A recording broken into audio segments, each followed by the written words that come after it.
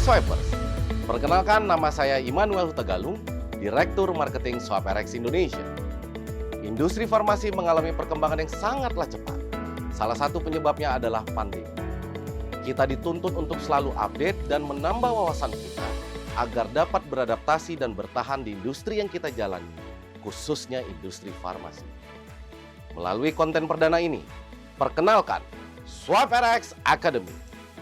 SwipeRx Academy merupakan wadah atau konten edukasi yang diinisiasi SwipeRx Indonesia guna menambah wawasan khususnya para pekerja di industri farmasi. Ada dua konten yang akan menjadi bagian dalam SwipeRx Academy. Pertama adalah Meet the Expert dengan konsep podcast, lalu yang kedua adalah Swipepreneur dan Pharma Kepo dengan konsep lecture style. Nah, kita masuk episode perdana Swipepreneur dengan kategori marketing dengan topik Introduction to Marketing. Kita akan mulai dengan bab apa itu marketing. Perlu diketahui lagi, dalam satu bab, video ini akan kami potong menjadi 3 bagian. Jadi saya harapkan teman-teman untuk selalu mengikuti materi dengan benar agar mendapatkan wawasan secara utuh. Maka dari itu, jangan lupa untuk subscribe, like, dan share. Serta jangan lupa aktifkan fitur lonceng untuk mendapatkan notifikasi konten selanjutnya.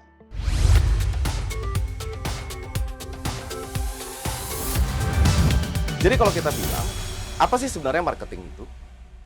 Ini salah satu mentor juga bagi saya di dunia marketing, yaitu Ulrich sama Jack Trout. Jadi mereka berdua bilang adalah marketing itu sebenarnya adalah pertempuran di dalam benak para konsumen. Sehingga positioning adalah yang terutama. Saya cukup setuju dengan mereka. Kenapa? Karena kalau kita bikin bisnis, maka yang paling penting adalah positioning. Kita harus membuat diri kita berbeda dengan lainnya. Pada chapter-chapter ini saya akan menjelaskan dasar pemasaran secara general dulu. Saya tidak akan terlalu banyak untuk membicarakan marketing di dunia apotek, karena menurut saya kita harus punya fondasi yang benar dulu terhadap teori marketing. Baru nanti di video-video kami selanjutnya, itu akan dijelaskan bagaimana marketing di dunia apotek tersebut. Nah, kita contoh kalau kita lihat gambar yang ada di layar kaca dari Swipers. Let's say misalnya ada satu merek di sini saya keluarkan Volvo. Volvo itu positioningnya sangat jelas. Mereka punya positioning adalah safety atau keamanan. Jadi kalau orang mau beli mobil yang fitur keamanannya atau diposisikan keamanan yang paling baik sedunia, belilah merek Volvo. Ada juga merek BMW. Nah, kalau kita lihat kan sebenarnya Volvo sama BMW itu sama-sama mobil mahal. Tapi positioning yang berbeda. Apakah target marketnya sama? Sama-sama orang kaya. Sama-sama mobil yang sangat mewah dan mahal. Tapi positioning yang berbeda. Jadi apa ini positioning dari BMW? Simple. BMW selalu bilang adalah driving pleasure. Jadi ini ditargetkan untuk orang-orang kaya, biasanya eksekutif muda, belum terlalu berumur, dan suka nyetir sendiri. Makanya sangat nyaman sekali kalau kita bawa BMW itu nyetir sendiri dan bukan disetirin. Nah, ada satu lagi merek berikutnya, yaitu Mercedes-Benz. Sama-sama untuk orang kaya, mobil kelas atas, tapi positioning mereka bukan safety, bukan driving pleasure, tapi perfection. Jadi kalau mau mobil yang mahal, yang perfect banget, build quality-nya, belilah Mercedes-Benz. Nah, apa perbedaannya antara konsumen yang membeli BMW dengan membeli Mercedes? Simple, kalau tadi BMW itu untuk anak muda atau eksekutif muda, nyetir sendiri, dan lebih enak disetirin sendiri. Kalau Mercedes itu lebih untuk ke yang lebih ke bapak-bapak lah. Sudah lebih berumur dibandingkan BMW, tapi enaknya disetirin. Makanya kalau misalnya Mercedes itu enaknya duduk di belakang, bukan duduk di depan. Nah, itu adalah perbedaan antara positioning yang bisa kita ketahui. Mengapa positioning itu sangat penting. Nah, pertanyaannya nanti ke apotek Swipers adalah di manakah atau bagaimanakah positioning untuk apotek para Swipers. Teori kedua untuk marketing itu saya ambil dari Philip Kotler, the marketing guru lah kita, siapa yang nggak tahu lah sama Philip Kotler. Di sini Kotler lebih ngomong begini, bahwa marketing itu adalah proses sosial serta manajerial yang di dalamnya terdapat individu serta kelompok yang memperoleh apa yang mereka butuhkan dan inginkan dengan menciptakan, menawarkan, dan mempertukarkan produk yang bernilai untuk pihak lain. Jadi baik kelompok maupun individu untuk mendapatkan sesuatu kita harus trade, kita harus pertukaran sesuatu.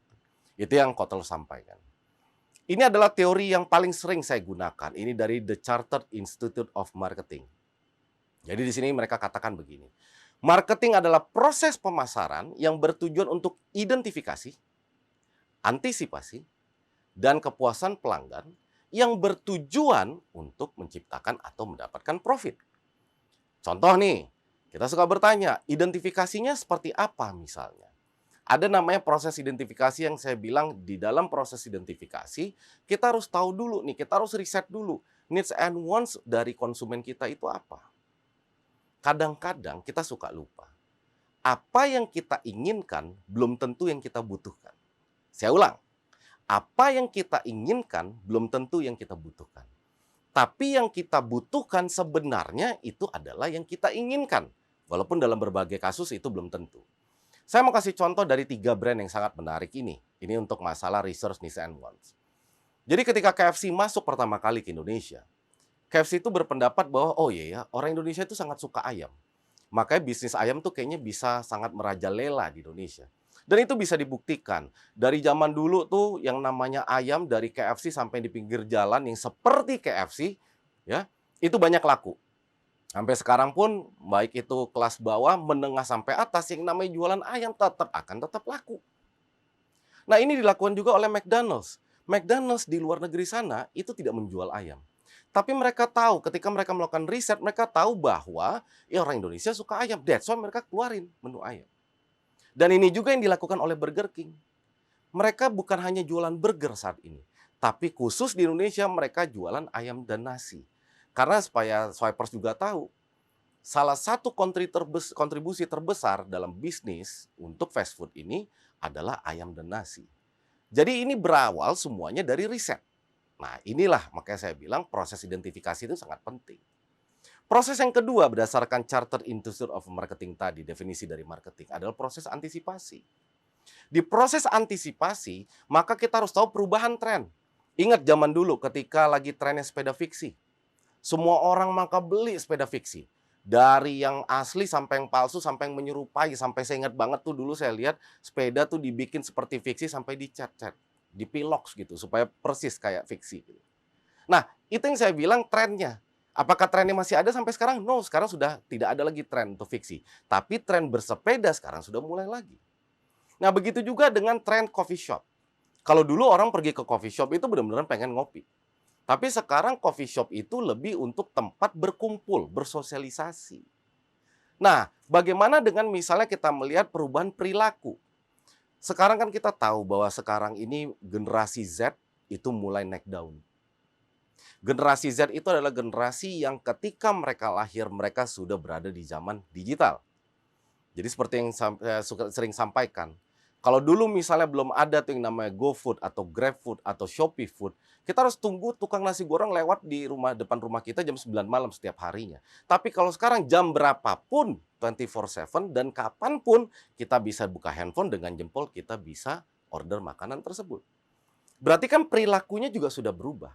Tren berubah, perilaku berubah. Nah, yang ketiga adalah proses kompetitor. Jadi kita harus tahu nih antisipasi untuk kompetitor. Contoh sekarang kita tahu AirAsia sekarang lagi buat yang namanya AirAsia Food. Jadi ini adalah perubahan-perubahan kompetitor yang mesti kita hadapi dan kita antisipasi. Nah yang terakhir adalah proses kepuasan. Gimana kita harus bisa memuaskan pelanggan kita. Kuncinya di mana? Kuncinya adalah pemuasan terhadap needs sama wants. Dan kita jalankan itu 7 P's dengan baik dan benar. Karena bisnis apotek adalah bisnis jasa. Berarti kita ngomong 7 P's, 7P, bukan 4P. Pastikan 7 P's kita lebih efektif dan efisien daripada kompetitor. Nextnya, saya akan lebih menjelaskan apa sih sebenarnya bedanya needs, wants, sama demands. Tapi sebelum itu, jangan lupa untuk subscribe, like, dan share. Dan jangan lupa juga nyalakan fitur loncengnya untuk mendapatkan notifikasi konten dari kami selanjutnya. Swipe RX.